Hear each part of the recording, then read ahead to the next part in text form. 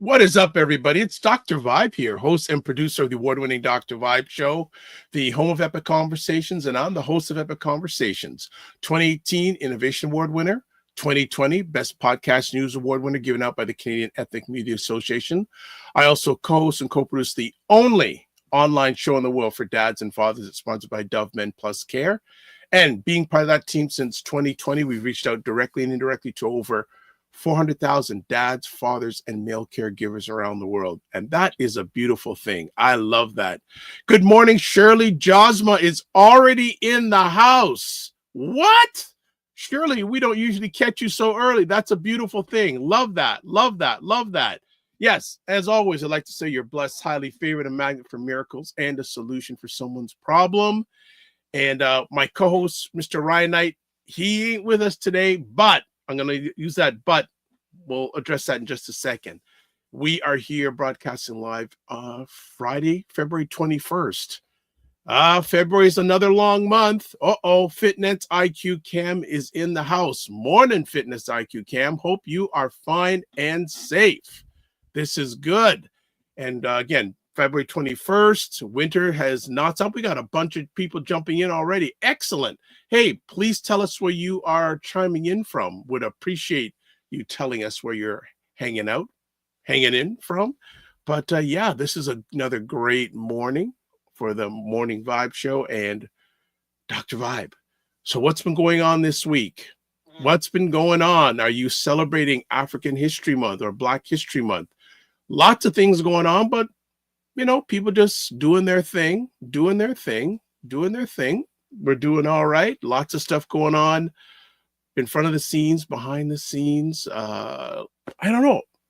Oh, I guess for people who are into hockey, there was a big hockey game last night, Canada versus the USA in the Four Nations Cup, as they call it. And Canada won in overtime, but it was really interesting.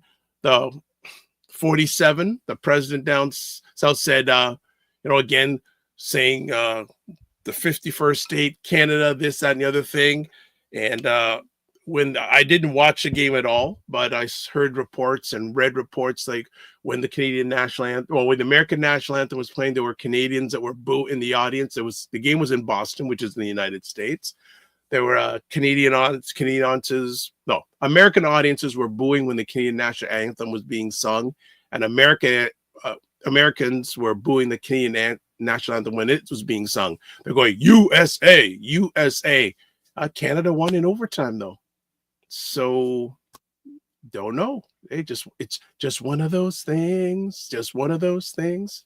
Did anyone watch the hockey game last night? How are people handling what's going on politically, socially these days? It's a crazy time. It's a really, really, really crazy time. And I'm speaking that you're doing self-care during these times. And really and truly, you are governing over you. With all the stuff that's going on, you got to take care of you first. That's the most important thing, that you take care of you first, especially in these crazy times. I'm going to see if I can put something on screen here. Now, it's always a challenge. Oh, I'm able to do it. Okay, that's good. I didn't know if I'd be able to do it. Now, the people who watch this on the regular know that Dr. Vibe doesn't like traveling to downtown Toronto that much. Who knows that? Who knows that? I'm not a traveler, especially in the winter with all the craziness. But last night, Dr. Vibe went into downtown Toronto. Now, why did Dr. Vibe go to downtown Toronto last night? Anyone want to speculate or take a guess why I went downtown last night? Anybody? Just out of curiosity? Oh, no answers. Not even Fitness IQ Cam. She must have just dropped. If she was eating something, she probably dropped it to the ground because she knows I don't go to downtown Toronto that often. Okay. She goes, you love downtown. LOL. No, I don't.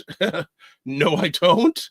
But I did go downtown. Actually, the drive downtown was not that bad, believe it or not. I went at around 4:30, 5 o'clock, because at that time, most of the traffic for downtown is coming out of downtown, unless there's a basketball game or hockey game, etc. Oh, she goes, which big event? Ah, you got it. For those who watch the Morning Vibe on a regular, do you remember a few months ago we had Station Frederick, who is like 5 months in, the new CEO of Big Brothers Big Sisters Toronto? Does anyone remember? And during that conversation, she said they were having an event called the Game Changers. Aha! Well, let me tell you, they had their Game Changers event last night, and I was asked, and I was very humbled to be the host of the event last night.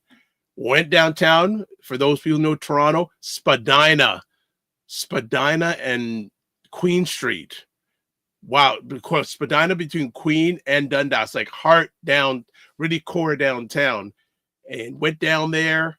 Had a really nice place called Snap Incorporated. But let me tell you, my gosh, this event space, just to get in the event space, you had to give your name, your email address, your phone number. You got to sign this release thing. My gosh. I felt, what do you give me? Do I need a passport to get in? What a ritual to get in. And of course, data collection. You know, I know I got an email when I got back in last night thanking me for this, that. So they've got my data, which I was wondering if I would have said, no, I don't want to give you my information. I should have asked them that. Got in there. So here's some tips. So when you are, this is just me, when you're emceeing an event, get there early. Why? Because you want to take a look at the event space, look at the vantage points. One of the things I always do is I go to the furthest seat away from the podium to see what's the vantage point and what's the audio going to be like that far away. Now, when I first got in, I was greeted. They really didn't have an audio person. They had a guy DJing, but I don't know if there was anyone really controlling the audio. But I had a chance to look at all the vantage points, etc. Got comfortable. They gave me what I was supposed to say. Beautiful preparation, and had time to speak with some of the people attending, which was really good. So that got me into the mindset, got some bouncing things with the audience. So get a little bit conversational, etc. And did the thing. It was a lot of fun. People said I did a good job, which was great. Now, the Game Changers event was a number of Black men who either are big brothers or have mentorship in their journey, sharing stories. And there was people like Warren Salmons. If you don't know that name, he was doing something called First Fridays, which is a networking event, the first Friday of every month for the last over 30 years for Black professionals. So he was there. One of the interesting number of interesting people. There was an engineer there. There's a gentleman who's a vice president at TD Bank, Toronto Dominion Bank. A gentleman who was an ex-football player who does stuff with TSN, etc. Yeah, so they had a panel. One of the most fascinating people that I met last night, there's a gentleman who is the CEO of the Toronto Symphony Orchestra. CEO of the Toronto Symphony Orchestra. And I'm actually going to look up to see if I can remember it. I think his name was Mark Williamson. Let me just gonna take a quick symphony. Let me just take a quick look and see if, yes, Mark Williams. So this gentleman, Black gentleman from Ohio, is the CEO of the Toronto Symphony Orchestra. We had a fascinating conversation. And he says he wants to come on the show. And he wants to spread information, especially to our people, about the value of, you know, going to symphony concerts, etc. We had a really good conversation, but he was born in Ohio, and it was really good. He was really good to chat with so many good people. Big shout outs to Station Frederick and her team. That was Station's birthday, believe it or not. And so she was there for a short bit and then left. Her two of the members of her team handled the whole thing wonderfully. Great event, really great event. Now, I know people have saying, where's Ryan Knight? Where's Ryan Knight? Well, believe it or not, one of the people on the panel last night was Ryan Knight. There you go. So there he was. He was one of the Black men that was on the panel sharing last night. And it was cool to see Ryan. He had just actually, for those who follow him, don't follow him on social media, he was actually in Vancouver early this week with, if you remember, he received his for-profit company called Detailing Nights. He received an $150,000 cash infusion by a gentleman named Brian Scudamore, who is the founder of 1-800-GOT-JUNK. So Brian has invested $150,000 for 30% of Ryan's company, and it was cool that he was out there. So if you follow Ryan on social media, and I'll put up his contact information in a bit, it was good to see him. We were there for a little bit, and I don't know when I'll see him again. He'll be back on the moment, but he's got a lot of stuff going on. Also, the not-for-profit organization he runs, ACBN, is running a symposium February, March, the end of next month, which I'm going to be a part of. But it was really good event, and they had the bar. I don't drink alcohol, by the way, but the bar I had mimosas, and it was really nice and really good. They had pizza. It's a pizza Loa. I can't remember the name of the company in Brampton, but there was different types of pizza. There was jerk chicken pizza. There was veggie pizza. There was oxtail pizza. Ryan was out of bounds. His oxtail. And now the funny thing is, when he was leaving, he took a box. I said, "You're going to take that?" Says, "If you take that, I'm going to call Carolyn Nicole on you." Now, he said he went back and he took chicken pizza, but I got to check. But we had a really good time. So a lot of people on the comments here with the regulars here. There we go. So Fitness IQ Cam says, nice. Frequency Event Promotion says, good day, Dr. Vibe. Good day, Frequency Event Promotions. Good day. He says, good day to everyone and all. And Minnie Cam says, yes, ballet and symphony in Toronto is lovely. I have not been to a symphony concert in a long time. When I have that conversation with Mr. Williams, I'm going to make myself down there. We'll have some fun with that. And Fitness IQ goes, watcha. And she goes, he's dressed in a jacket. Yes, I do have jackets. You know, just like you have your nails, I do have your jackets. By the way, Fitness IQ Cam, did you say you'll have your nails going on? And Mignon Cam says, that's the kind of jacket that goes with a wood smoking pipe. Oh, gosh, that's rude. That's rude. I may just ban you from the program because that. And Fitness IQ Cam goes, KMT. So that means you still have your nails then, Fitness IQ Cam. Aha. And she goes, shush. Love it. But yeah, big shout outs to Big Brothers Big Sisters Toronto. Great event last night. I'd say there were about 50 to 60 people there. Ran into a gentleman from Toronto Children's Aid Society, who is an associate. Have to follow up with an email today, but he says, man, good job from the podium. So that was cool. Ryan Knight does exist, people. There you go. He does exist. I was going to play a little bit of myself from the podium, but no, that's more than enough. But it was good. And again, another hint, if you're doing stuff like that, get someone to document it. Another reason why I got there early, I saw there was a group of there were four ladies, really nice, and they were getting into the music and all that. And I asked one of them, hey, can I ask a favor? And she said, whoa, would you mind just videoing my MC? And she says, hey, no problem.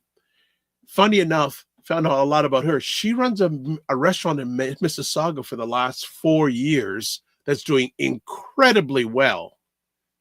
And I've got to get her on the program, but she's actually going to, is it Guyana or Trinidad for 3 weeks starting on Monday or Tuesday. I have to reach out to her by then. And the people there was a person there who asked for my business card. And I said, when are you going to contact me? And she said, I'm going to contact you by tonight. I said, tonight? She goes, yeah, I'm in walking distance. She emailed me before I even got home last night. And I sent her back a video message, and she loved that. So that is good. Also yesterday, I had the opportunity to do a pre-recorded sharing session for a parenting conference that's going to have a reach of 150,000 people. That is amazing. And the person found me out, believe it or not. But it was so I say so too much. So people say Dr. Vibe, you said so again. I need to stop saying that word. It's bothering me. It's bothering me saying that too much. I did that presentation online yesterday and then did the emceeing. So it was a very productive and efficient. It's not the word I'm looking for. Hold on a second. Productive and impactful day yesterday. Or positive, productive, or productive and impactful. So I had a lot of good, see, I said it again. I had a lot of good things going on yesterday through me, not for me, through me. Okay, we are going to go to break. And we have a friend, a monthly friend. We're doing it a little bit early. We're doing it a week early because I will be traveling next week. And we didn't want her not to come on, because I don't know when I'm traveling if I'll have good Wi-Fi access. We'll take a break and come back. So we'll be back in about 30 seconds. Good morning, everybody. It's Dr. Vibe here. So let's bring her up. She has been with us for a number of months now. This lady called Minnie on cam. And that was the thing when I learned about lifting yourself out of poverty. It's actually a specific financial number if you look at all your numbers. And now I see it happening to people in the BIPOC community. I don't need my phone for every moment. Culturally, our family doesn't let us sit down and do nothing. Okay, so you got an appetizer because Minnie on cam is going to be with us in just a moment. Let's go through some housekeeping. Please subscribe to the Dr. Vibe Show on YouTube and hit the notification button. I believe, actually, let me just check. I was asking for a favor from you all to see if we can hit a new plateau. And I'm going to just check right now if we have hit this plateau. So give me a second. I said it again. Give me a second because I got to check if we've hit this new milestone. All right, let's do this. Let's do this. Okay. All right, we are so close to hitting 1,690 subscribers. We are so close. We are close. Let me keep on saying so too much. I want to make sure we can hit it by Monday. Very important. Well, not important. It'd be nice. Share it out. Tell people about it. If you haven't subscribed and you're up to it, please subscribe. Also, follow the Dr. Vibe Show on Facebook, LinkedIn, and Instagram. Join the Morning Vibe Discord group. Please email me at dr.vibe@thedrvibeshow.com to advertise your business, product, or service on any of the platforms that I'm a part of. Feel free to email me, dr.vibe@thedrvibeshow.com. And finally, Indie Soup TV. I believe it's definitely launching its next season within the next 2 weeks. It's an independent content creators platform that I'm a part of in regards to providing content. And I am on the advisory board. Almost 23,000 subscribers in 9 months of operation on YouTube. That is powered by our dear friend, Dr. Tachi out of Fort Lauderdale, Florida. Was on a meeting with our team yesterday, most of our team yesterday, because we share resources, and it was going fine. All right. She is here a week early, and she is here to just really give us the real deal when it comes to the world of disability. So here she is in her orange. Minnie on cam, what's going on? Well, early voting, go vote. Yes, in Ontario. Now, question. First of all, how are you? Okay, I asked for 1,690 subscribers. It has just happened. Love it. So it is an election in Ontario. Did you get a voting card? Yeah. I didn't get one. I got a voting card. I got Doug Ford messaging me to go vote for him, and I Yeah. sent Oh, him yeah. back. Yeah. Hold on a Let second. me That's what I'm saying. finish. Let me finish. I sent No, him back very mean messages in that message. like I'm getting text messages from Doug Ford. I'm saying I don't want your text messages. So Doug Ford is a premier of our province. So in the U.S., you have your governors. We have premiers. I'm getting text messages going, I didn't ask for this. Exactly. This is why I sent back some very mean messages. I go, what is this man sending me messages for? I mean, he already gave us $200. I got that. And then I got the text message. I'm telling you, yeah. Go And on. the voting card is not the red and white one. It's bright yellow and white. Well, I looked in my mail, going through my mail, so I saw this yellow card. Yeah, But the yellow. but I saw do you have to scan? No, you bring the card, and on the card, so like the card has your address and your name. Then with it, you bring your ID. So if you saw a yellow card instead of the red and white one, it's not like, to me, it wasn't the normal voting card. But because I have already worked for Elections Ontario the last election, I had a rough idea what it's going to look like. So they may have changed the card, the color of the card, and it confused people and they threw it out. But you still can find your local polling station from the website. No, that I know where my local polling station is. So if I go in to my local polling station and I have ID, can I still? You're fine. Yes, Okay. You're fine. Bring your ID. You can, like, I even have my health card. They just Okay. need to know that it matches. And then they also have computers to register people to vote. Okay.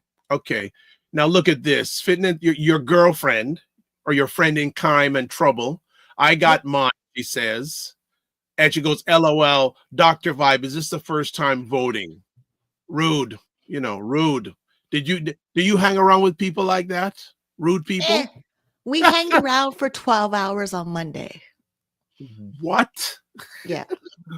12 hours? Yeah, we did our power hour at 11 and we didn't log off until 8 p.m. And then we have plans. Tell me you're joking. No, I'm dead serious. I sat right here for 12 hours with her working on business and family dynamics and more business and more. Then she cooked, then she cleaned, then she checked on the dog. We were fine. So to the audience, whether you're watching live or replay, have you ever been on a conversation, whether in real life or virtual, with someone for 12 hours? What?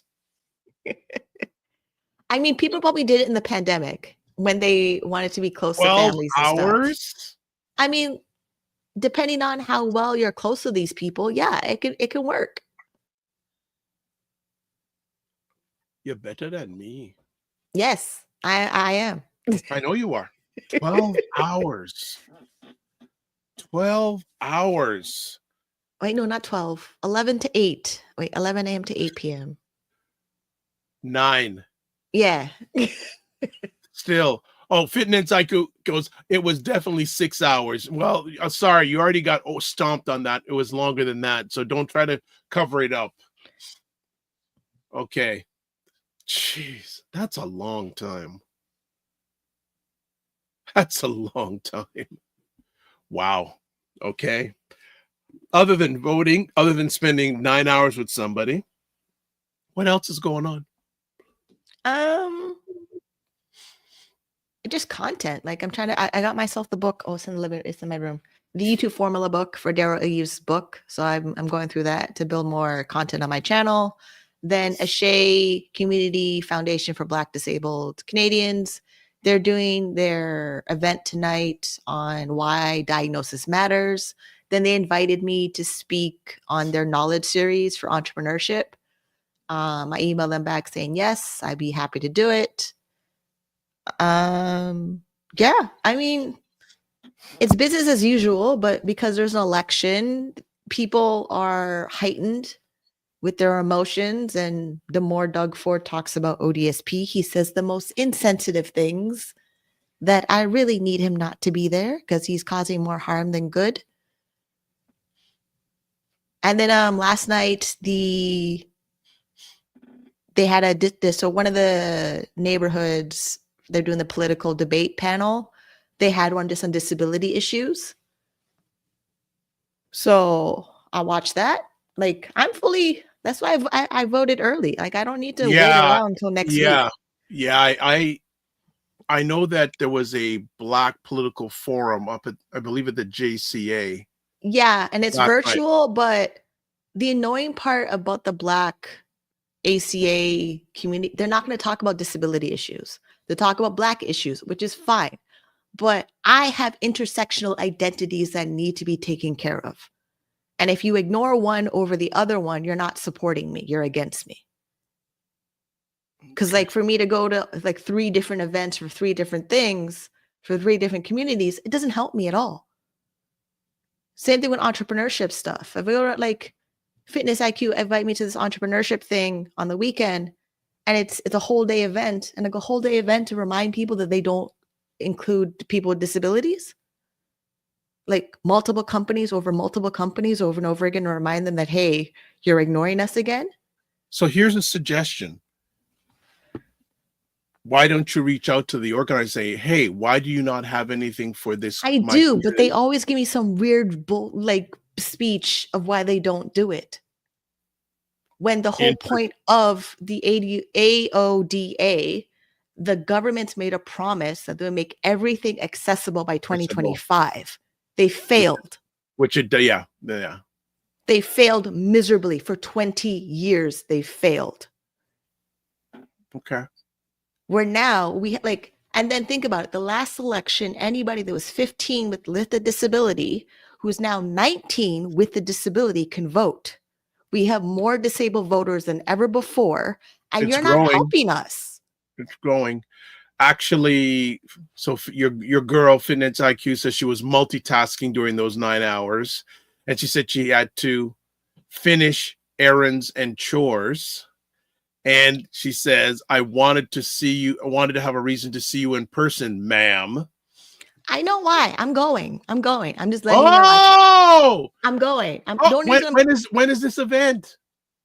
It's either tomorrow or Sunday. I know it's soon. Okay. I know I have to rearrange my budget to go. Well, Fitness Cam has such deep pockets. She should pay for you to come. We'll figure that out, because if you go for brunch, there's a brunch place near the location, and my birthday was last week, so we'll figure it out. Okay, but happy belated. Are they not serving food at this event? They might, but it's still like I can't just go eat any food anywhere. Right. I have multiple sclerosis. You want me to interrupt my bladder issues? No, thank you. Okay. Oh, Fitness IQ Cam says I'll send it. And the information, and she says it's free. I'm curious what the event. There's actually another event happening downtown tomorrow. The Black Physicians Association of Ontario is having their annual symposium somewhere on the University of Toronto campus. They've invited me to come by and saying that's fine, no problem. I interviewed some representatives for the event earlier on. So it's from Black Founders Network and 4 others. And it's being held downtown? Yeah. And then when I looked at the list, the Ryan Knight's ACBN is there. Like a lot of the organizations, I've seen their names before, but when I go visit their website, they're not inclusive. Right. So I have to email all of them individually to say, hey, you're not being inclusive for people with disabilities. When a SHAE, Community Foundation for Black Disabled Canadians, has been around for 6 years. They should be reaching out to us, SHAE. They should, but they're not. Same thing. They're not reaching out to Race and Disability Canada or Dean Services. They're not. They're just leaving disabled out of the conversation because they don't want to talk about it, because it makes them uncomfortable when it's part of the human condition. So Fitness IQ Cam says your favorite word is in the title. I don't remember what favorite word is there. Community. It says community. It says community. Yes. And she says, I sent it. Okay. Who did you send it to? Minnie or myself? Probably to Minnie first. Okay. Yeah. There has just been especially in the melanated environment, we're not paying attention to your community. No, we're not. Not even close. And I'd like to know what the reason is for that. It's because of ableism. Okay. Actually, I was watching a really interesting interview, though we're based in Canada. The push for Republicans in the United States to cut Medicaid it was done by Chris Cuomo, who used to be on CNN, who's now on News Nation. He went in on that. If they do the cuts they're proposing to do, the Republicans, to Medicaid, we have our own cuts. I don't know why we keep quoting American information. We have our own cuts that cause our problems. Okay, but I was just watching this commentary, and I'm saying this will happen here too. It's going to be a disaster. It's already happening. Not it will happen. It's already happening.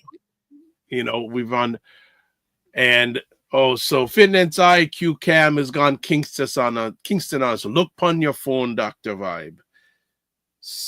All right, so she has sent it to my phone. She has sent it to my phone. Yes, the lady with the nails. Did she show the power? I've seen this at the power of community. We are stronger together. We are strong.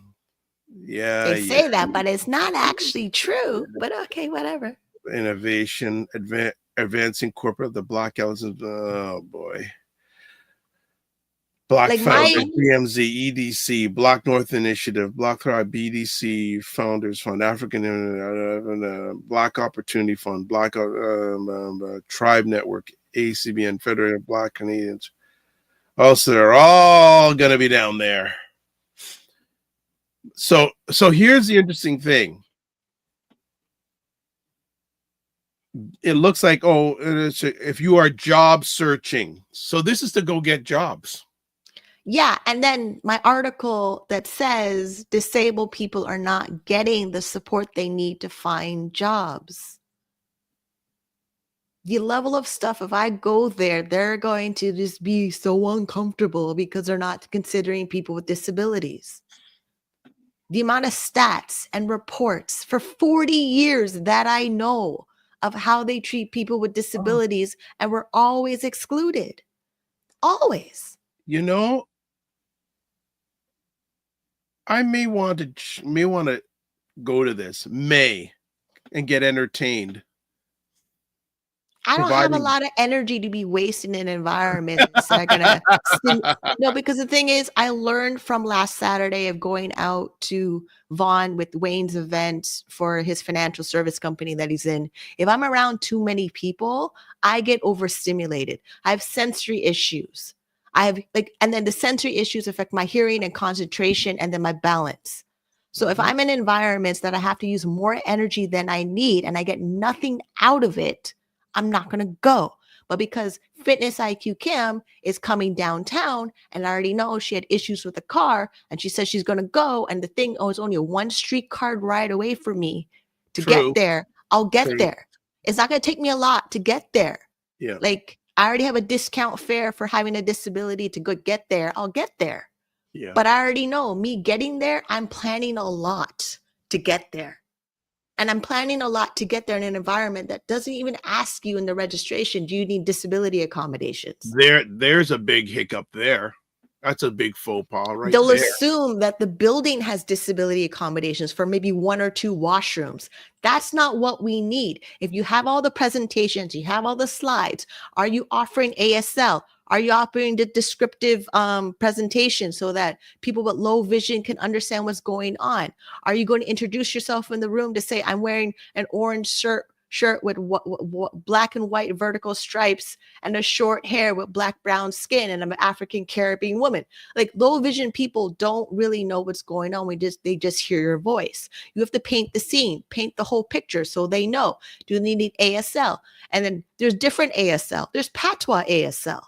The amount of things that a person with a disability needs so that they can function and participate in the conversations, and then we're not having them, and then we're going to act like, oh, we need to work harder. I want to swear. So many words I want to swear. Yes. I'll be interested to hear from you how non-compliant this event is. So take notes for me, please. I'll be I hate doing that. That's I hate going into an event and pointing out all the things they don't do to accommodate more people. Like I should, and it should not be my job. I'm not that's not my job to go into an event and then automatically feel where am I excluded, where I'm not wanted, where I'm only tolerated, where I'm not celebrated.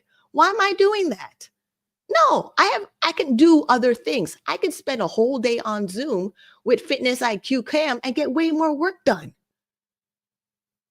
Okay. So Fitness IQ says, what did you do to make me laugh? And she goes, I'm going there for a different reason. What reason are you going? And then she says, eek. So what reason are you going to the event, Fitness IQ Cam? Please tell us. So we're going to transition then to what you wanted to chat about today. And you have a session you want to share with us. So let me get that up on screen for everybody. All right. Okay. We have it up on screen. Beautiful. Oh, Fitness IQ Cam says it's tax season coming up. Okay. Is that are you looking to meet people to get asked to get their taxes done? Okay. All right. So let's go through your presentation. So let's go for it. Start it off. It's not at the beginning. It's somewhere in the middle. Oh, yeah. So the thing with going on right now, 3 out of 4 political parties want to double ODSP. Then last time your last guest, Wayne, was on and he was making a comment of how doubling it would disincentivize people from working. We're already 40% below the poverty line right now with the rates of ODSP. ODSP is $1,368 a month. The average rent cost is $2,500. We have 81,000 people that are unhoused living in encampments right now. Welfare Ontario Works is $733 a month for a single person, no children. If they are approved, if they apply, if they go through the 3-hour interview before they're approved. It's already a difficult situation. And then people pile on with comments that make it more insensitive, more out of touch. And if anything happens to you that you use up all your resources available, you end up on social assistance. The safety net is there supposed to catch everybody when they need it, depending on if it's a disability or a short-term gap while they're waiting for a job or other benefits to kick in. And the reason I'm always emotional about it, my ex-best friend who used to work at her really, really good paying job at one of the sports centers here ended up on ODSP, where she was like, oh, don't worry about it. Oh, it's not that hard. Oh, it's not that difficult. Now she has to go through the same process I've been going through since 2011. And me and her don't talk now. Because every time we talk now, it's I told you so. And if you were prepared for it, you would have a better strategy. So navigating ODSP is the maze of the Minotaur, which is the other slide I have in there. Because once you're in it, if you don't have a strategy to come off of it, you're stuck in it. And then I learned from my own personal journey of being on it, you're not coming off of it as fast as you would like to because of the health insurance. I learned from applying for my insurance benefits, critical illness, health and dental, all the insurances available that Wayne would sell someone. I don't get all the available options because I already have a pre-existing condition.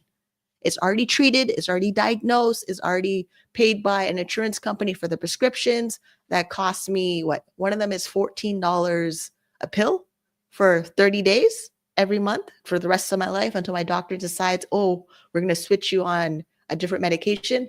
There's no cure for multiple sclerosis. There's no cure for bipolar disorder. And there's no cure for a lot of the disabilities that we have. We just live with it.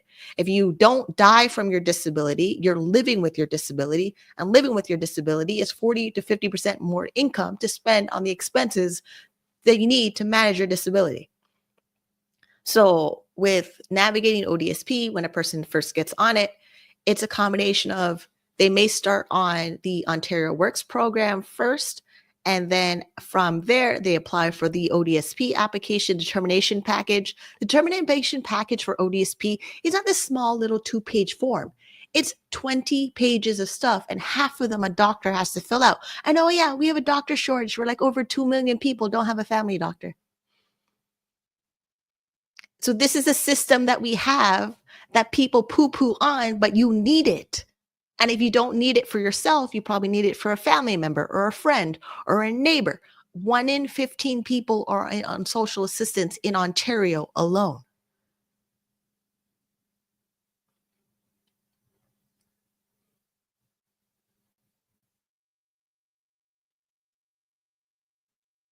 Do you want me to go to the next slide? Yeah. Can you make the slides bigger? On the slideshow, maybe? Okay, hold on. Yes, I can. Nah, see, I'm not good with, let me see about this Google Slides thing. Is there any way I can get rid of the sides? There's a slideshow button on the top right. Yep, there we go. Yeah. Okay, there you go. So that slide is just my journey of how I started working minimum wage, then I became disabled, then I ended up on Ontario Works, then I ended up on ODSP, and me being approved for ODSP was the same month I was supposed to be evicted from my apartment. If the sheriff came before I was able to go to court, make a stay motion to stop them from processing my eviction, I wouldn't be here.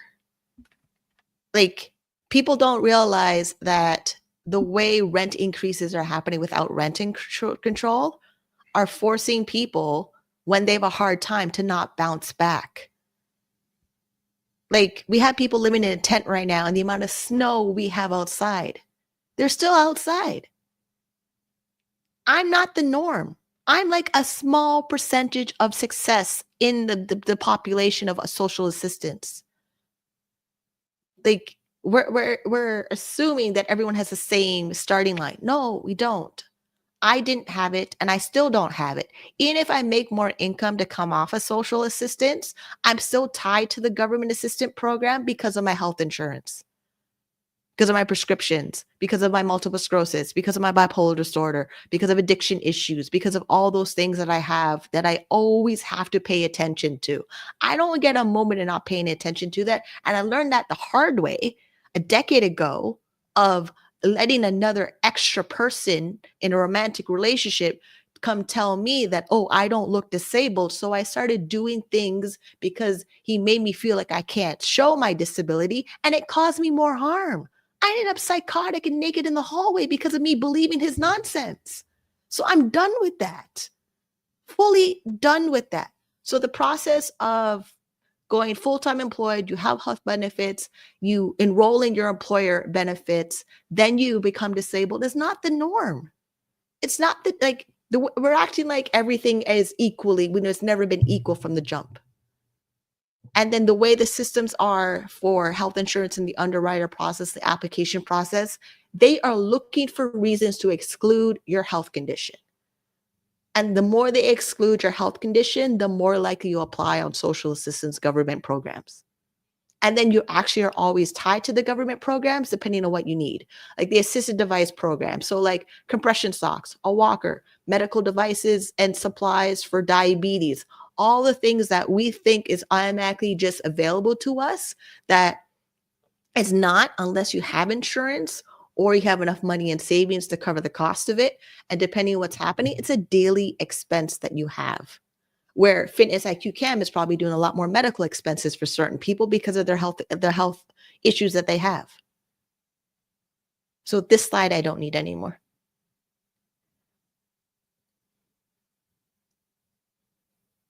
Right, back to the maze of the Minotaur. So the thing with ODSP is what I was saying, to be eligible was you have to be at least 18 years of age or older, be a resident of Ontario, and your assets cannot be no greater than the limits set out in the program.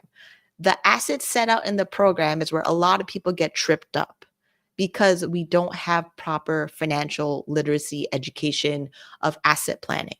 And ODSP knows the key to your freedom is you having your own income and assets. Like, and they indirectly, directly program people to feel like they cannot have something, so they don't even try. And then with the meeting the program's definition of a person with disabled, it's already decided. Like when I applied for ODSP and they said I'm approved because I have a disability, I already jumped through all the hoops already.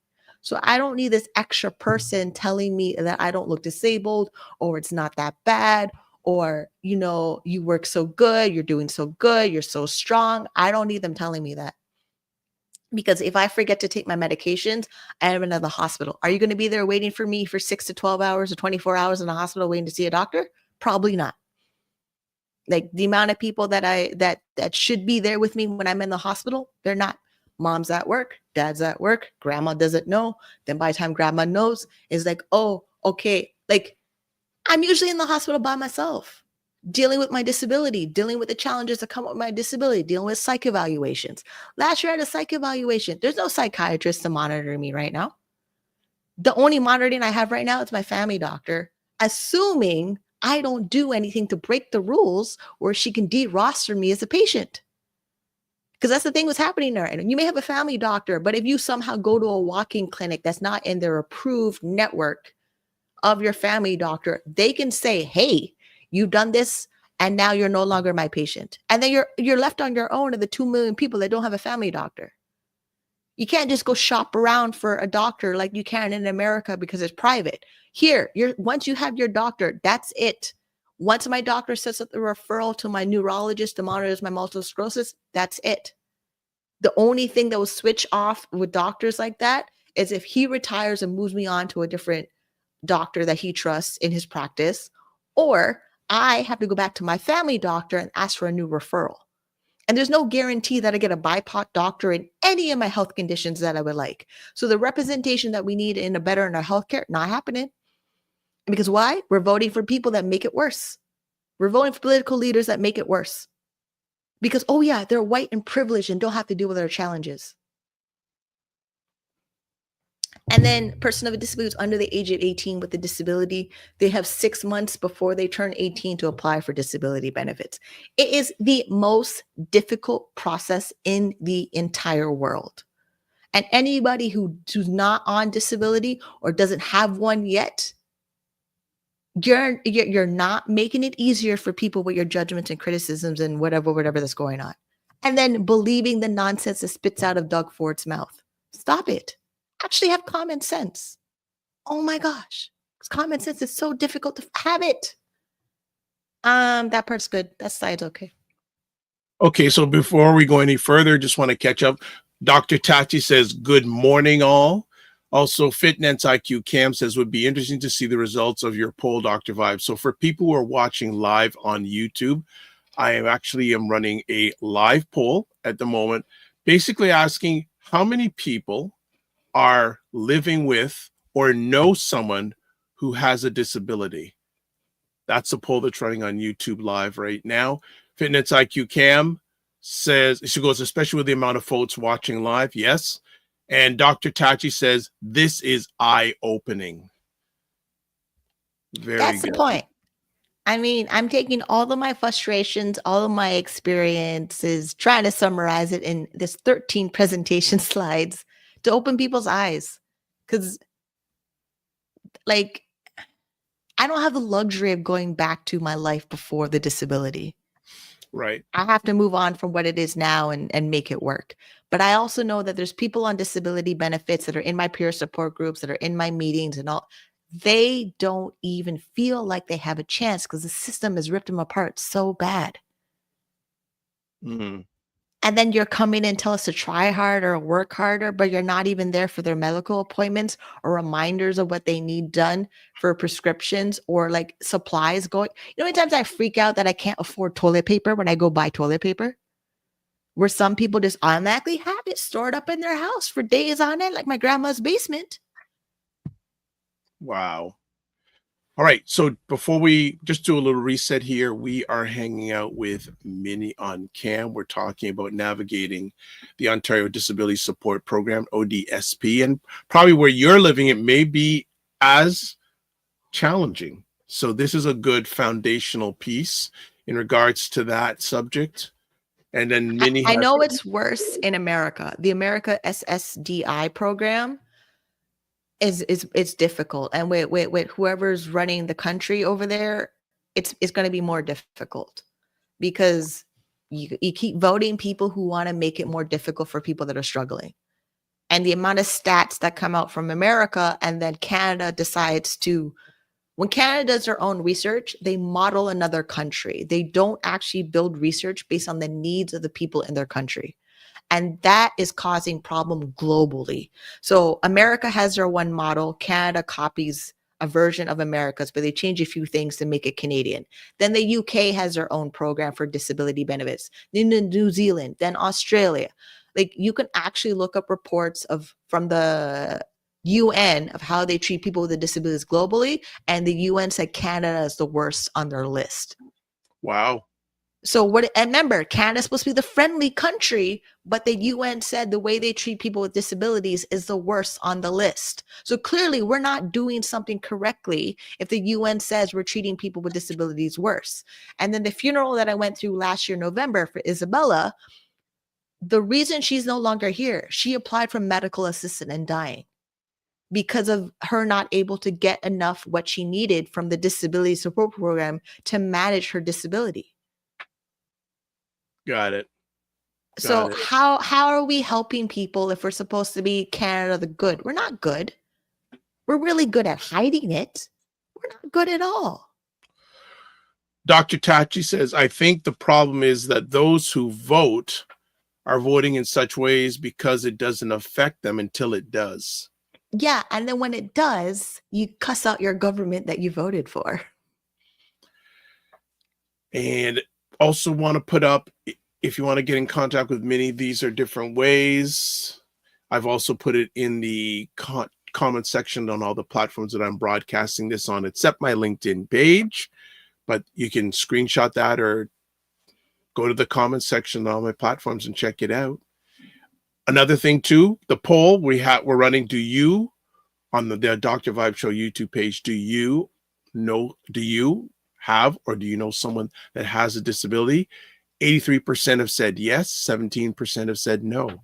If you're watching this live on the Dr. Vibe YouTube page, vote, vote, vote. Appreciate those who have voted so far. Let's move to the next slide. So let's do this.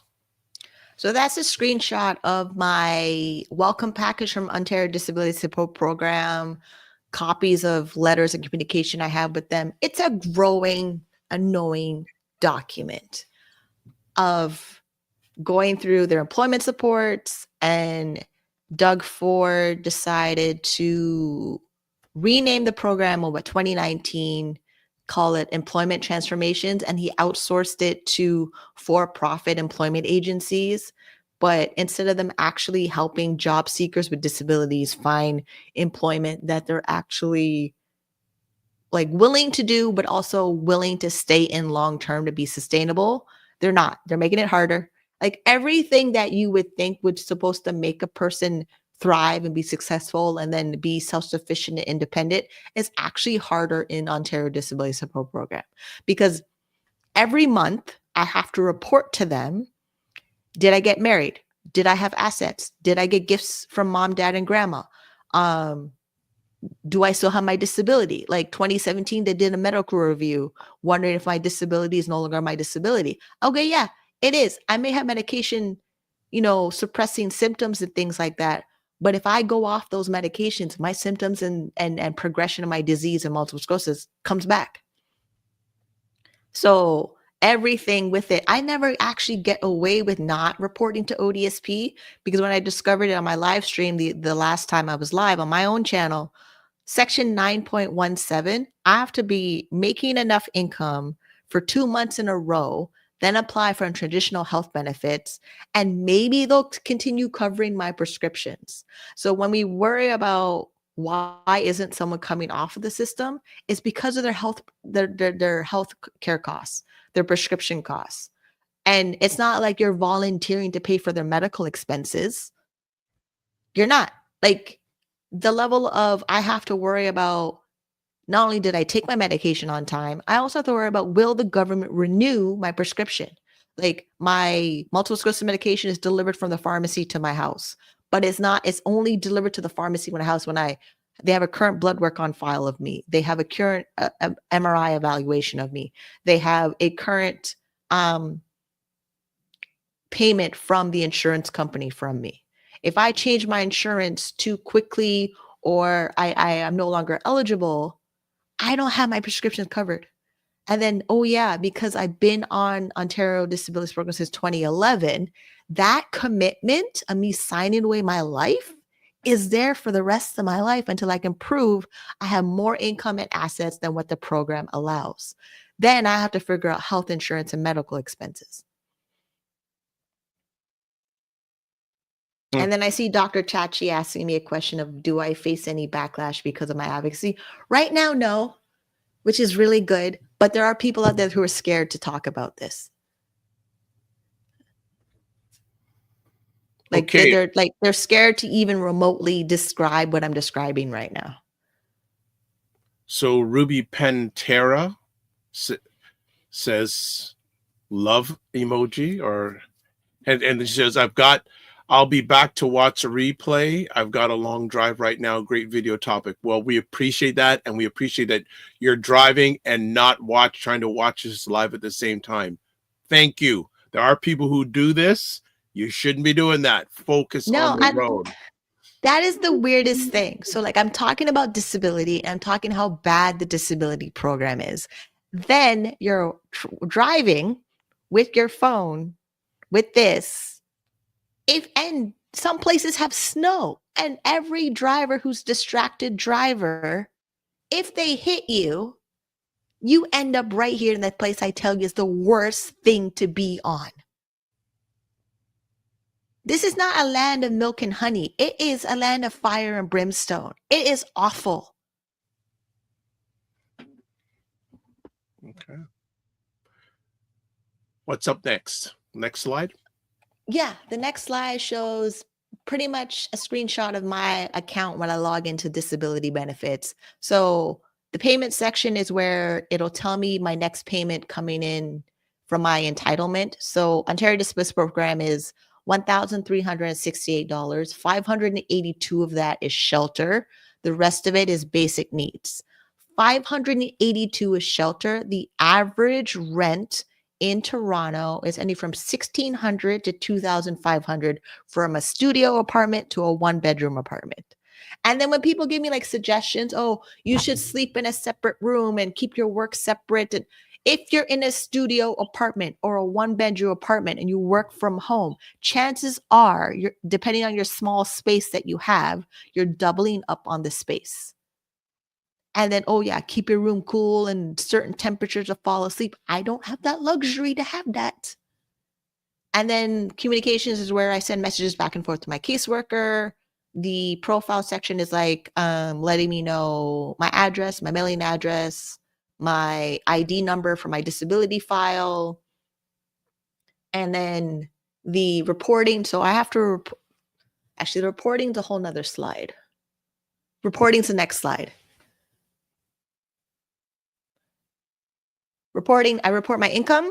So with me being self-employed, having self-employment income, I report my gross income and then my expenses. So what happens sometimes is a caseworker doesn't fully understand or process gross income versus net income because there's expenses for running the business. And the expenses for running my business for just me making income for myself, they have a separate approved list of that. So every month before the 7th of, so March 7, I have to report on my income for February 2025.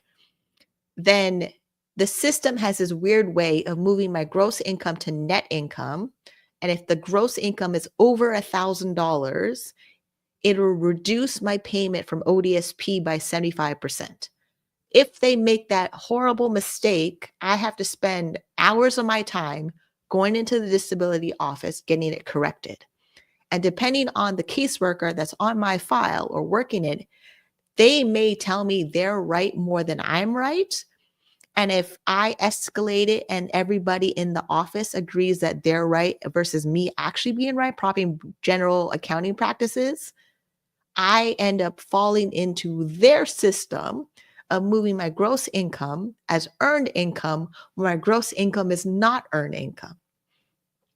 And then declaration. So every month I have to report to Ontario Disability Program if I've been in the province or left the province for more than 30 days. They want everybody to be in the system eligible for benefits who are in the province for less than 30 days. If I somehow go away to like Jamaica or some holiday for 6 months, I lose my benefits. Like on day 31, I lose my benefits.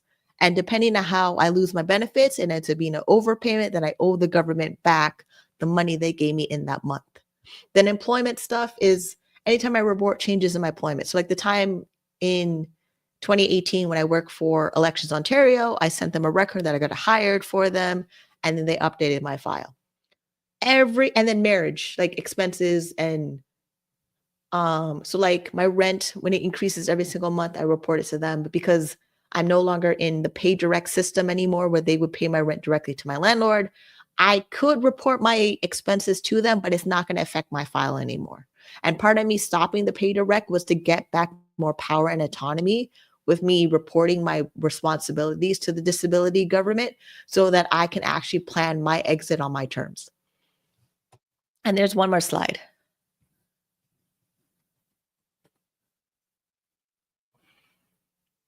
Yeah, housing expenses was my rent that I no longer have to report anymore because I stopped them taking over my pay direct for my rent and my electricity bill. Then utility expenses. They need to know what it is regardless of them not paying it anymore. It's how they determine I'm eligible to get the full maximum of $582 for shelter. And my rent is $994.06. Do the math. They're missing a whole half of my rent every single month. All right. Next slide. Yeah. So I figured it out with ODSP. It's a triangle. They control your assets, they control your income, they control the benefits. You need all three of those to exit off of ODSP. And you need all three of them in a way that your income increases, your assets increases, and your benefits that your coverage are getting is always stable. If you don't have all three of them, there's not a whole lot of chances of people leaving government assistance. And it's something that nobody considers when they talk to people about, oh, you should leave government assistance, or when Doug Ford says, oh, people are just lazy watching the Flintstones all day. No, I'm not. But thanks for, telling me how lazy I am for not even knowing who I am. It's the most expensive thing. So like, yes, I could have more income making more. So like the base amount for someone on ODSP is $1,368. If they work full-time hours, if they even get full-time hours and a disability accommodation for the disability and their employment and for being an employer from their employer, they could come off disability based on income. But there's no perfect month that someone's always going to be working full-time because they have a limited ability based on their disability, based on the definition of disability when they applied. People always forget the disability when they're talking about making more money. Then assets part, because we have very limited financial education and financial literacy, people are not really working towards building assets while on ODSP as they should. As because depending on how their disability operates and how they go through employment supports, if they're not able to sufficiently independently go out there, know what career they want, how to plan it, how to network, how to build an income revenue stream that's consistent and tolerable of able-bodied environments, they're not thriving. Like the level of people thriving in their professional careers and they have promotions and they have connections and they can move up the corporate ladder is not the same for a person on disability benefits. And the more and more I talk to other people on disability benefits, yes, I'm super excited about what I'm able to do, but it's what I'm able to do for myself. What I am able to do for someone, it's not a copycat franchise model that will work for automatically for somebody else, because they have to overcome their mindset, their belief system, their habits, and resilience to keep trying over and over again as many times as they get rejected. But we're also dealing with people's disabilities. So like I sometimes, before my bipolar disorder symptoms was happening, getting treated, I'd be very, very paranoid. Paranoia and you're trying to function like a normal person doesn't actually go together, depending on what the paranoia, delusion, hallucination is. So we're acting like everybody thinks like you in the environment and they don't. So even that, I stop projecting what I do for me onto other people because they have to be able to actually understand it, learn it, and manage their disability at the same time. Sometimes you can only just get up today and hope you have food in your fridge. Or, you're not being evicted, or you have your landlord that actually does repairs in your unit, or if you actually need a mobility advice or a guide dog or any of the services you need in the disability benefits program. Because what they cover in their benefits program is actually a lot. The more I did research on what's covered in the benefits program, that I know because I'm covered on Ontario Disability Program, I'm excluded from the big corporate private health insurance companies. And then with assets, it's because I got myself really educated in financial planning and financial products and financial services that work with the policy directive Ontario Disability Program. So now the problem I'm having is when I speak to financial advisors and financial planners and they're working with people with disabilities, they exclude the possibility that a client they have that has a disability is accessing Ontario Disability Program. The Ontario government already decided the person's financial plan before you even showed up in the picture. And then to discredit the challenges of Ontario Disability Program that it already decided treatment of income, treatment of assets, and you don't go check it to see what it is to work around that already decided financial decision, you're not helping people with disabilities plan their future better with their asset planning or their income planning or their health benefit planning. Okay. Right. Is there questions from you? No,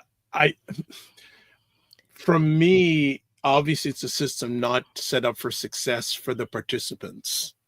And just the fact that it's been the same way for so long.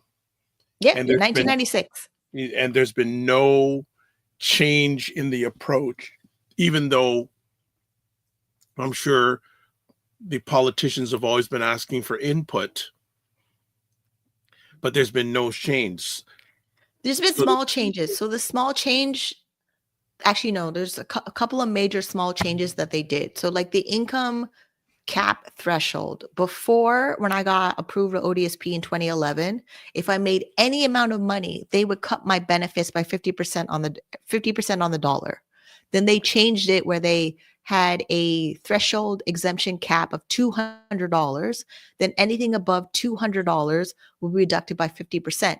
Then 2023, which is only 2 years ago, they changed it that I can earn $1,000, still keep my benefits. So basically, if I earn $999, I still keep my benefits. I try not to earn exactly $1,000 because it becomes tricky. Because if I earn $1,000 and 1 penny, the 1 penny reduces my disability benefit by 75%. Then my asset limit, they separated asset limits in Ontario Disability Program that are different from Ontario Works. So asset limits, they separate it where there's non-exempt assets, partial exempt assets, fully exempt assets. And I have to remember all of them when I go communicate to my caseworker, because a caseworker could do the wrong thing because they don't remember the rule. And then when I talk to my financial planner and we plan things based on my assets, I need them to read the policy. So when they give me a suggestion, it's not affecting me, because I learned that financial professionals that give people advice around ODSP benefits, they assume it will go well and they take no responsibility when it goes wrong. None whatsoever. So I know they made changes because the changes they made are making my life better, but they may not make someone else's life better because they never had the skill to develop it. So even though we have these changes, someone has to try the changes. A lot of people on disability benefits I've talked to, they believe the old rules that stop them from making money, stop them from getting married, stop them from having a job, because most of them are dependent on the system to help them, like employment supports. Employment supports for me didn't have anything supporting me to be an entrepreneur to run my small business. The same business I started in 2003, then I go into the disability system and they act like I'm incompetent to run my business that I've been running before my diagnosis. Long before they showed up in my life, I was running my business. The only thing that happened, I became psychotic and ended up in the psych ward. I had to get evaluated and be on a 72-hour hold. If those things didn't happen, we would not be having this conversation with a caseworker. So they change things, but they don't change things in a way that highlights my skills, highlights my knowledge, highlights my ability. They lump everybody in the same category, and then it's a barrel of crabs in a bucket. And then every time I go into the disability office, it smells like the most horrible thing in the entire world, and I hope I never have to go back. And the only way to not go back is to make more money and not go back. But I can't just go out there and go, let's go make 40 hours, $40,000 a year or $50,000 a year instantly, because it's not going to happen. I'm out of the marketplace. I am not employable. I am undesirable to most employers unless they instantly want to pay me what I'm worth. And right now I'm having the challenge of contracts I'm getting with corporate clients. They don't want to pay me what I'm worth. It's very frustrating. So why am I going to go out there in the job environment to not get paid what I'm worth when I have all this knowledge and skills? So I want to interrupt there. And first of all, that is not fair. That's a joke. Want to ask a few conversation points with you. First of all, how much would things improve if, I'm looking for a word here, if the payments that are received from those people who are in your community are indexed to inflation? All right. So Doug Ford indexed ODSP with inflation. When 2018, it was $1,169 a month. Now it's $1,368 a month. It goes up every July. So when you index to inflation, when it's already below the poverty line, you're not doing anything. The $60 increase I get is basically money my grandma would give me for my birthday. Then, and it's only ODSP that's indexed to inflation, not Ontario Works. Ontario Works is still $733 a month. It was $500 and something in 2004. Then it increased a little bit when the Liberal government took over. Then Doug Ford stopped it when he came in power in 2018. Like, because of Doug Ford's whatever decision making, it stopped both programs from increasing with inflation that it should match with the cost of living. It's not. So FitNet IQ says, and I said that word again, know your worth. That is what she says. What would be the minimum amount, in your opinion, someone with your challenges should be receiving from the government? It's now $4,000 a month. Because like where I live, okay, great. I still live here. My landlord is not trying to be greedy and sell off the building to a developer and move me out. I have to qualify for another unit somewhere else, which means my credit has to be in good standing. I have to have first and last month's rent. Like, I have to be a super desirable tenant to move. You know how much work that takes to do? It's not like, oh, okay, your building bought you out. Like, because some people in my building, the building was offering them to move and they were paying them to move about $5,000, but they had the job with the income to move. Like, if I go apply for another unit, they'll want to check my credit. It's bad right now. Then they'll want to check my bank statements. They're really, really low. So they're not going to think I have any money coming in. And then, like, I have to move in a way that I still keep my apartment if the next place doesn't turn out well. A lot of people don't have that luxury. because we don't have affordable housing, and affordable housing definition and dollar amount has changed. This is why I know, like, some people were saying $2,000. I go, $2,000 doesn't do anything to move because I have medical expenses. Like me going out the other day, I hurt my wrist pulling my shopping cart home because it didn't plow the snow. Then my mom was like, how come you didn't order groceries from delivery? With what money? It's more money to order groceries delivered. Yes, they bring all my groceries to me, most of the items I get that I order, but I have to pay the delivery fee. Then I pay taxes. Then there's an extra service fee. Then I get my grocery items versus having $100, walk into the grocery store, pick and choose what I want. Everything I pick from my grocery cart has to come home with me because I walk with my groceries. I don't have a car. So I'm getting groceries anywhere in the city. It has to fit in my granny's shopping cart. Then I have to pull it on the subway with me. Then I have to bring it with me. And it's not like people are lining up to help me. The only reason I had help with my groceries because this young 20-year-old saw me struggling. Literally, like, to the point where now senior people in the grocery store know I have a disability because I walk with a limp. But I like a healthy, regular able body, not so much.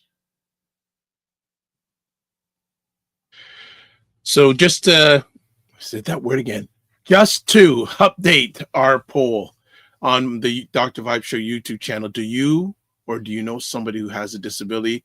86% say yes, 14% say no. Fitness IQ Cam says, don't get me started with Instacart or Uber Eats.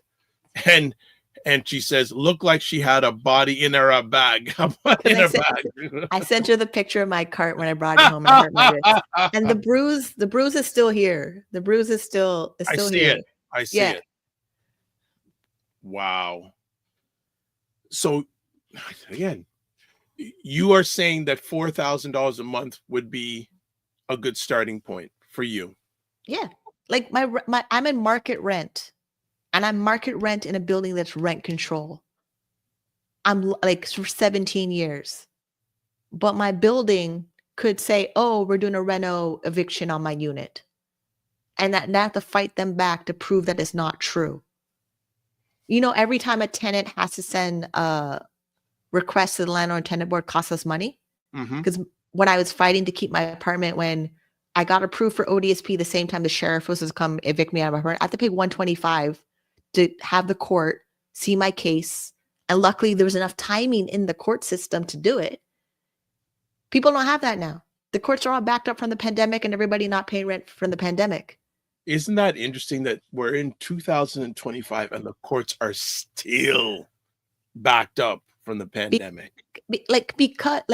So it's true. Like how I wasn't paying rent because I was psychotic.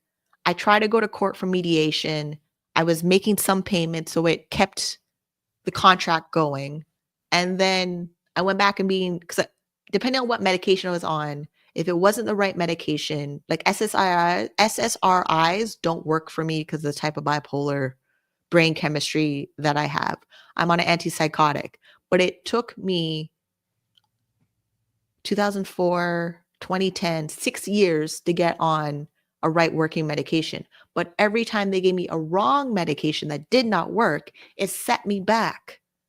It set me back of being in the hospital because, oh, I may harm myself. It set me back in the hospital waiting for my family doctor to refer me to a psychiatrist, or refer me to a psychologist, or refer me to a social worker that does counseling. Every time I needed those support services to keep me stable, it's a longer waiting list. Now there's nobody there to catch me on the other end. I literally have to go into my family doctor's office, sit in her office all day, and she sees me as the last patient of the day. And then she added it now in her office that I can call in early and be an early morning appointment. But that's my family doctor does. Most other doctors don't have that for their patients or their clinics or how they practice. And I also know my family doctor has a private clinic of $3,000 a year. I thought about taking out a loan to pay for that membership to go into that practice to always keep my family doctor. Like I literally considered $4,000 a year. Okay, fine. Maybe I can get mom, dad, and grandma to pitch in. And I always have my family doctor because she's really good at what she does. Like the decisions I have to make because the system is broken is ridiculous. I want to ask, you are very proactive in your journey. How do you feel for those who are not proactive? I'm scared. I'm scared, fully scared. And it's because some of the things that I advocate for myself when I go to my family doctor, she needs the same thing for other patients. Like I now gave my doctor the blank forms we would fill out for ODSP that we need to get access to, and the doctor has to sign off it. So like there's special diet, that form, then the medical necessities form for like my CPAP machine got applied through that form. My air conditioner got applied through that form. I gave my doctor's office blank copies of it. And I figured out, so like my compression socks, the billing goes through an approved vendor of ODSP where they log into their own portal of ODSP to send in my request for medical devices. Took me a long time to figure it out. I can't just go to any old medical supply store and get the things that I need. It has to go through the system, has to be approved, has to be applied. Like me renewing my supplies for my CPAP machine in April, it has to go through the government system. It's not, even though like I found an insurance that would cover it, it's not active right now. I have to make sure that plan is always after paying $113 a month to keep it going. So like when people like Wayne sell insurance, yeah, great, but it's not going to cover everybody. It's not like, it's the way the system is, insurance is not covering everybody. So anything that's not covered from a private plan, I'm hoping it covers from the government plan. Because I'm getting the private plan to cover physiotherapy, chiropractor, psychotherapy, so I can hire a private psychotherapist. It's way easier for me to get a private psychotherapist versus a government-funded psychotherapist. And with everyone that's unhoused right now, you know how many psychological issues they're going through right now, survival in winter and conditions and not having proper hygiene and all those things going on. It messes with your psychology. And to come back from that takes a lot of support system. Yes, it takes a lot of support system and your own willpower to do it. But if you don't even believe that someone gives a crap about you, you're not going to do it. So yeah, I'm scared they don't think like me. They don't fight like I do. And I've been through some horrible stuff. And part of the only, like, yes, I believe in a higher power. My mom says she'll be there when she can. I kind of back my dad in the corner to help me. Like, but they don't have that. Some of them don't, their family members don't even care what happens to them. Because they're believing a false message of people that think we're leeching off the government system. No, we're not. It's never been an equal playing field. From the day they made minimum wage $8.75 an hour and rent was still like almost $2,000, nobody's surviving on that. And we already know that BIPOC, racialized, marginalized people never get the same equal pay in the job. Because you just had that person talk about all the disparities in the workplace. Like we have so many systemic barriers on top of barriers compounding over and over again. And you're going to tell us, oh, pull up my bootstraps. My bootstraps are broken and there's nothing to pull. And the heel is falling off. Now what? So Fitness IQ Camp says system is broken. And then says Minnie is a rare gem. Yeah, I'm a unicorn badass. I already know that. Yes. Good stuff. As we start winding it down here, I'm going to ask you this. If you had an opportunity to spend 15 minutes with Doug Ford, what would you tell him? Nothing nice. Same thing with Kamala Kern when you asked me that question. Okay. Then what does government need to do? What's the first step you feel government needs to do when it comes to this? We can't keep voting people that harm more people. We have 81,000 people in Ontario that are unhoused. And like unhoused, survival, no proper hygiene, like to rebuild them, their psychology so that they're able to think hopeful about their future. We need to change everything about the system. We need housing. We need healthcare. We need financial resources, everything they would ask me at CAMH, the Center for Addiction and Mental Health, of the basic needs and Maslow hierarchy of needs, we need to make sure that's always there, not questioning why it's there, not questioning we need to cut that part of the budget. It has to always be there without question. And the only thing that comes close to that is universal basic income, but they try to put it in the federal government and they stopped it from happening.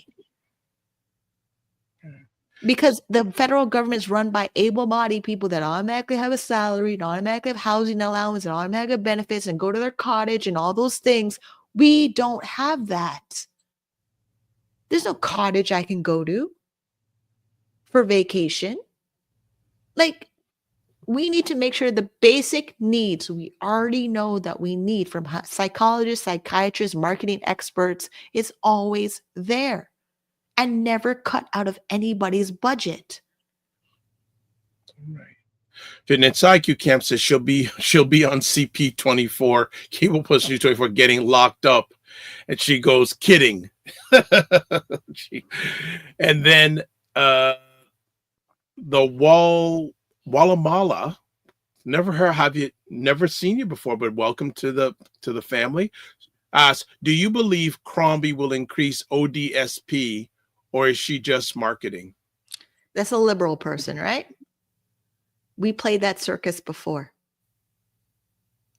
Because every time we go flip-flop between conservatives and liberal, they don't do a whole lot. We need a whole different party running. And the thing is, we need a whole different party running multiple times because of the damage that Doug Ford has done twice. And oh yeah, this damage his brother has done. So we basically, almost like when Mayor Hazel McCallion was running her entire life until she turned 85. We need another person like that running the province. We need someone who can run and be voted in time after time again and always keeps the province thriving. What does the disability community need to do?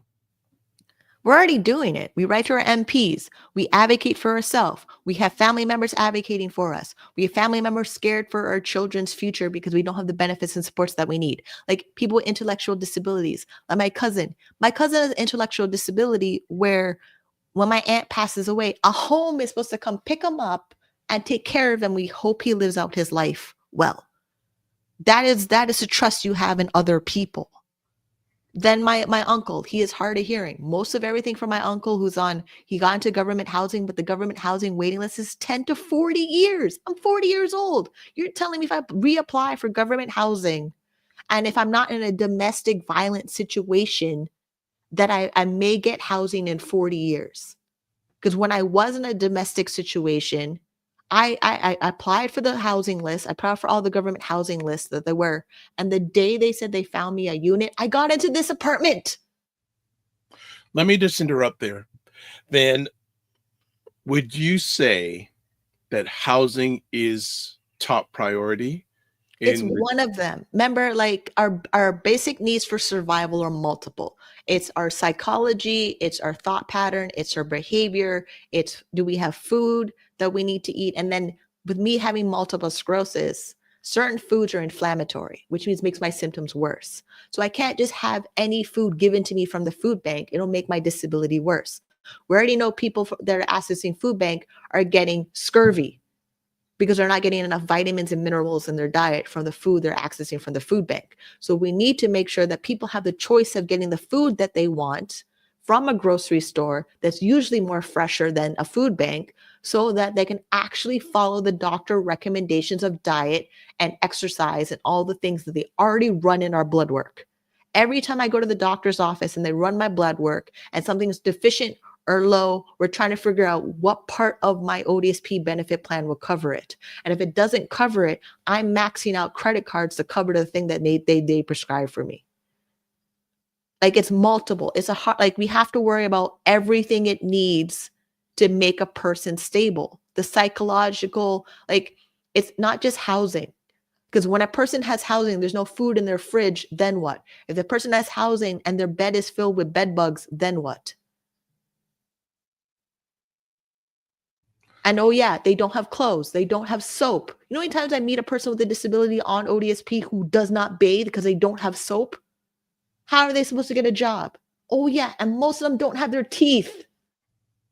Mm, So if they don't have their teeth, they don't have good clothes, they don't have like a good appearance, how are they supposed to get employed?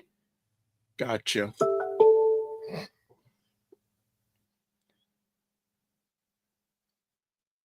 Gotcha. Ha. Well, I think we'll stop there. What's your next step?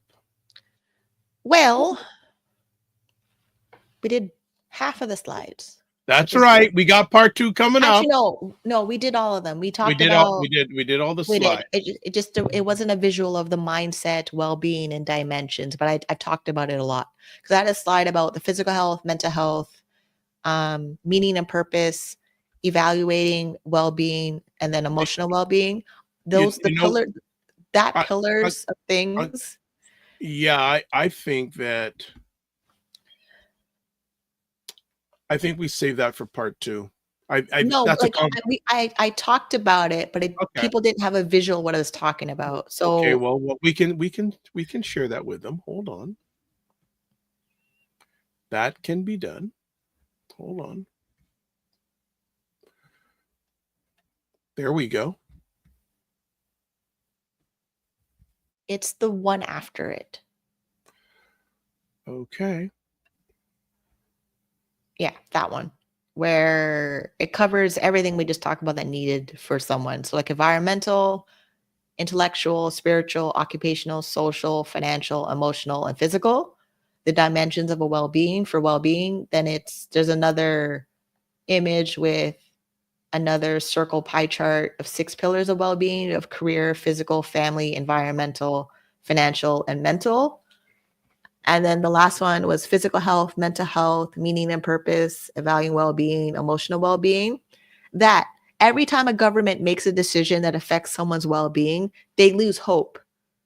Like they lose hope to the point where I remember why I was suicidal in the hospital being evaluated. It's also why last year I thought I want to end my life. It pops up every couple of years. I know it does. But for some people, they actually plan it out with medical assisted in dying because they already have a disability. They already fit the criteria. Then it takes about 90 days to 2 years, depending on what their disability is, to actually end it. And because they're on Ontario Disability Support Program already, they already cover funeral costs. It's built into the program of Ontario Disability Support Program. Wow. Okay. And it's like, it's real because I saw it happen in November. Like I literally saw it happen with a person who's an advocate in the industry of disability communities and disability rights since the minute she got diagnosed with her disability in the 90s. It's not like she died naturally because of her disability. She died because of the systemic barriers that pushed her to it. And then with everything that Doug Ford makes for a decision of cutting disability benefits or cutting programs to support a person that they need it, cutting healthcare, cutting housing, cutting programs for people with autism and intellectual disabilities and all those things. Like moms with child with special needs that has a disability, that needs all the support systems in the education system. They also need it when they're adults. If they don't have it when they're children, what are you telling the child about their belief system of who they are? That they don't matter. So when you tell someone in the system that they don't matter, they grow up to believe it unless they have enough willpower to not believe it. Most people don't have that willpower to not believe it. For me, it took years of therapy, going to my family doctor, going to different programs over and over again, pushing through to the waiting list until I got to that program. And then go through the next program and go through a next program and try something different and learn a different skill and travel and meet different people. A lot of people don't have those resources to do it. Like, yes, I had mom and dad helping me. Like when I wanted to go to a business event and travel to the United States for business events, they helped, they paid. I'm really glad they did because they gave me the skills and knowledge and experience and belief system to do it. Like when I met Tony Robbins last year, I maxed out my credit card to go meet Tony Robbins, and he gave me the encouragement and support that I needed to move on and achieve my goals. A lot of people don't have that. I saw it happen this year. A gentleman was talking to Tony Robbins on stage. He wants to lose weight because of belief system in his state. He couldn't even pitch in $250 to go buy his ticket to do the next event for Tony Robbins, Unleash the Power Within. And Tony Robbins has a wonderful decades of track record of transforming people's lives globally. Not like, oh, just only in the United States. He does it globally of transforming people's lives. And you know, many times I want like a foundation or a nonprofit to hire a motivational speaker or a program like Tony Robbins to help the people in the program, but they can't because they're donors and the funders won't actually do it. So I know what works for me, and I'm suggesting it to nonprofits of this program worked for me. Can you hire that person in that program? Their funders and donors and investors don't even tell them or give them the allowance in the budget to do it, because their funders and donors actually tell them how to spend the money. And I really believe the nonprofit charities and organizations are keeping the poverty status growing, because they are not changing their belief system. They're not changing their state of mind. And then they're keeping people scared and poor because of their advice. And I reject all of it. And then they get mad at me. But me rejecting all of their advice is why I was able to meet Tony Robbins and go to events and things like that. Where now I'm saving up to go to the brand new Bouchard's Growth Day event.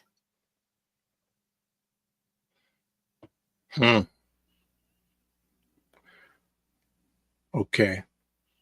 Like I said, I'm not the norm. I'm not.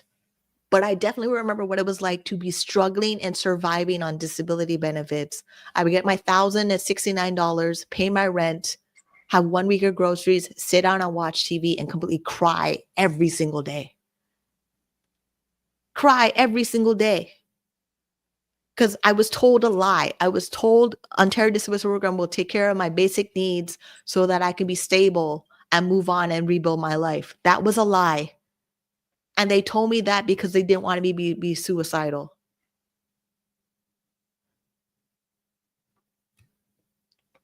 All right. That is it for today. I think we got lots to think about in regards to this. Like with the voting that's happening right now. Yeah, you could go vote Liberal and do a Bonnie Crosby, but then everybody in the disability community will be pushing on her to double ODSP as fast as she said she would. Just because she said it doesn't mean it's going to happen. But we do know that the Green Party and NDP Party, they always said they will raise ODSP. And I also know it's not going to equally just raise it and everything is fine. They have to make sure everything in the program, everything in the policy of Ontario Disability Program balances from income, asset, and benefits. And then the way the policy is written, a section of the policy would change, and they'll never tell me it changed unless I go read the policy directive myself on my YouTube channel. Because you'll see me read the policy on my YouTube channel, and something that was there before is not there anymore. It's not my caseworker calling me to say, hey, we changed this in the policy. Are you aware of it? Because they're not helping me build a plan to come off of it. They only go in to review if I'm eligible and determine how I'm eligible, and then determine if I owe them an overpayment. So we literally have a system with caseworkers that should be the advocate of the clients that they're working with, but they're not. Like, I'm better off to get someone helping me customize my life plan with hiring a coach than a caseworker at the disability government office. A coach that I hire and pay $3,000, $5,000 for coaching cares more about the outcome of my life than a caseworker at a government office. Gotcha. Minnie, we're going to stop it right there. We got more. You've given us some of your journey, a lot of your journey, and the challenges, but also some opportunities and suggestions to, as I like to say now at the end of my conversation, make it better. Yeah, you know better. I don't have a time. Every month I come on here and I tell you something that you should know better so you can do better. And if you know what I told you and you go to the government websites, you read the reports I share, and you do nothing, you are the problem. I no longer trust you. All right. If you want to get a hold of Minnie, on the screen, there's links, YouTube. Also, she makes her notes available. And again, if you're watching this on any of the platforms, any of the Dr. Vibe Show platforms, except LinkedIn, all this contact information is there. Ms. Minnie, I hope you have a good day tomorrow. I am very curious to see how tomorrow goes. I'm almost thinking about going to this event, but if I go, it'd be to hang out with both of you, and I think we'd have quite an entertaining day. Providing it's not going to happen.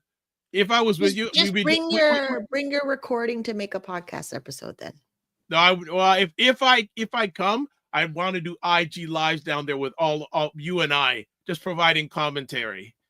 I think that would be quite intriguing and very entertaining and very educational and empowering. I just know so if there's a networking event and I'm networking with people, I just know how the conversation goes, because when they ask, oh, what do you do? Okay, great. I do disability advocacy, financial plan for people with disabilities. Then I have to educate them of not people with disabilities. Some people thought they're missing a limb, only people with physical disabilities, when there's 5 types of disabilities. Mm-hmm. Then I have to educate them of all the different types of disabilities that a person may have. It's just a lot of education. Minnie, stop. Write that down. This is a future episode. The 5 types of disabilities. We talked about it. Okay. Disability Pride Month. We already talked about it. Okay. My apologies.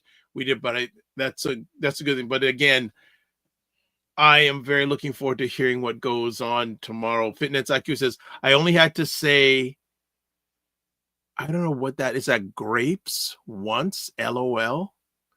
Yeah, okay, that's between you two, so I'm not going to even go there. Okay. Dr. Tati says, great show. And Fitness IQ says, see how him mix up. What do you mean I mix up? You say these things and you got to put, and the Wallamala says, what event is tomorrow? Downtown Toronto. What event is there tomorrow? Let me just see. It's an event called The Power of Community. We are stronger together. It's happening tomorrow, Saturday, February 22nd, 2025, 108 College Street. I'll read it quickly about the event. Thank you for your interest. Our 2025 theme is We Are Stronger Together. We'll showcase unified power of Black entrepreneurship ecosystem in Canada. It's bringing together top Black founders, investors, and corporate partners advancing the Black innovation across the country. Join us to witness how, quote, we are stronger together, unquote, moves from words to action with channeling the EDI initiatives across the world, and it's certainly being caused by the political climate. Many of us are working collaboratively to ensure the future of long-term sustainability of what we have built for those we serve. Attendees can expect to access tangible opportunities, tailored funding, and jobs, along with practical guidance through interactive engagements tied to these topics: scaling growth stage, Black-led business, building the next wave of Black innovation, advancing corporate leadership, the Black Excellence Blueprint. Now, when people talk about EDI or DEI, oh, okay, Wallamala says yes, registered. Enjoy. But lots of people talking about DEI and all this, which a lot of people regard as diversity, equity, and inclusion. My DEI is development, entrepreneurship, and investment. That's my DEI. Development, entrepreneurship, and investment. The DEI, the diversity, it's nice, but again, that's relying on other people to provide for us. We have to develop ourselves. Okay. And Fitness IQ kills. Oh, she liked that DEI. Well, thank you for giving me a compliment once in a while. Fitness IQ says an economic lockdown on February 28th. Yes, on February 28th, there's a number of organizations that are saying Black America do not spend any money on companies that do not support DEI that day. But again, I like the DEI that I've been told about better: development, entrepreneurship, investment. That's developing on our own. The Walamala likes that DEI. Good. And she goes, I thought I meant intern, LOI. I don't know what you, no, not, no. The I is investment, not intern, Thank you. Shirley Josma goes, that's deep, Dr. Vibe. Well, you know, once in a while I come up with, I get these things and I want to share with you because just to show you that I'm in the game. Final results of the poll. Do you know someone who has a disability? 88% said yes, 12% said no. So I did again. This conversation is of relevance to you and others. All right, Minnie, thank you so much. We will chat. Thank you for making space to come a week earlier than usual. We'll be back to your regular spot next month. And don't just manage your time, manage your energy. Remember to give yourself grace. I know you've got anger inside of you, but I know your heart is good. There's a smile. It's no, not. hey, it's nothing wrong to be angry. You have a lot. Like, yeah, but it's directed. I know what it is, because to be in the system that I'm told I'm born Canadian and I have access to all this opportunity and I can see all the non-available opportunity. Like I'm born here. I can't go to another country because my disability would drain all the resources in their healthcare system. I don't have that luxury of moving somewhere else. This is it. I don't have the luxury to moving to another province. If I move to another province and try to go on their disability program, they don't make it easy. Because remember, you need a family doctor to fill all the forms. Then across the country is a doctor shortage. So this is it. I stay here and I build what I have here. And then me traveling is different. If I'm traveling when my disability is stable, it's different. It's building my entrepreneurship venture. But I also know that no matter how much I have all this inspiration and drive and all the things to do, I work in environments of people with able body who never have a disability or think they don't have one. And the ones that have one and don't think they have one, they're making it worse for themselves. So like just that of like, the poll proved my point. More people know a person with a disability, but what are you doing to support them?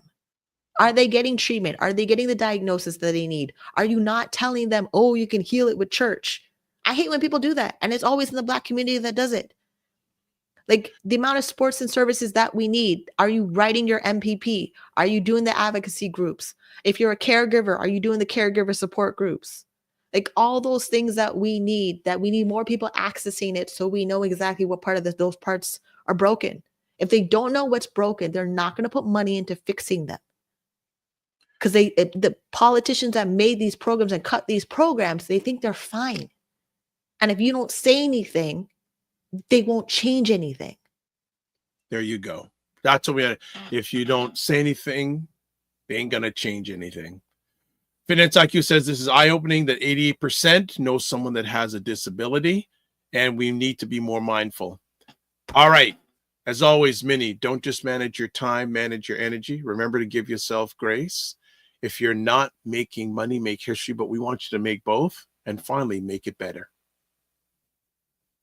Cheers. All right, family, that is it. Minnie went all in today.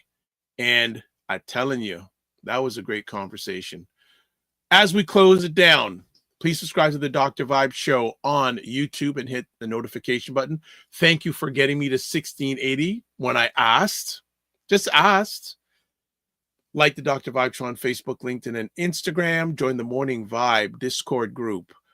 Email me at dr.vibe@drvibeshow.com to advertise your business, product, or service on any of the platforms that I'm a part of. Email me dr.vibe@drvibeshow.com. If you want to get a hold of Ryan is at Ryan Oneil Knight, and that's Knight with Knight. Also, LinkedIn, Ryan Oneil Knight, had a pause there. And also Instagram at ryan.knight99. Again, Knight with an KN, not an N. And also email address, work with me at ryanoneielknight.com. For myself, website, the drvibeshow.com. YouTube, Facebook, and LinkedIn, The Dr. Vibe Show. And then you have Instagram at the drvibeshow. Also, X, drvibeshow, email address dr.vibe at the drvibeshow.com, and on Blue Sky at drvibeshow. No, I don't. Sorry, Blue Sky at drvibe.bsky.social. And you can watch replays of this epic conversation on the Dr. Vibe Show on YouTube, Facebook, and LinkedIn. Also, the Afro Caribbean Business Network on Facebook. And finally, Ryan Oneil Knight on YouTube. And we have one last comment here. Oh, the Walamala subscribe. Thank you. Thank you so much. Appreciate you. Appreciate you for subscribing. Let's close it out here. Live your life as a dream. If you can dream it, you can make it. Sometimes you have to get smaller, get stronger, block assumptions, then aim bigger, aim better, aim higher, aim wider. Love, faith, and respect. As always, don't just manage your time, manage your energy. Remember to give yourself grace. And again, if you're not making money, make history, but try to make both and make it better. We will see you on the digital highway. God bless. Peace be well. Keep the faith and walk good. Peace.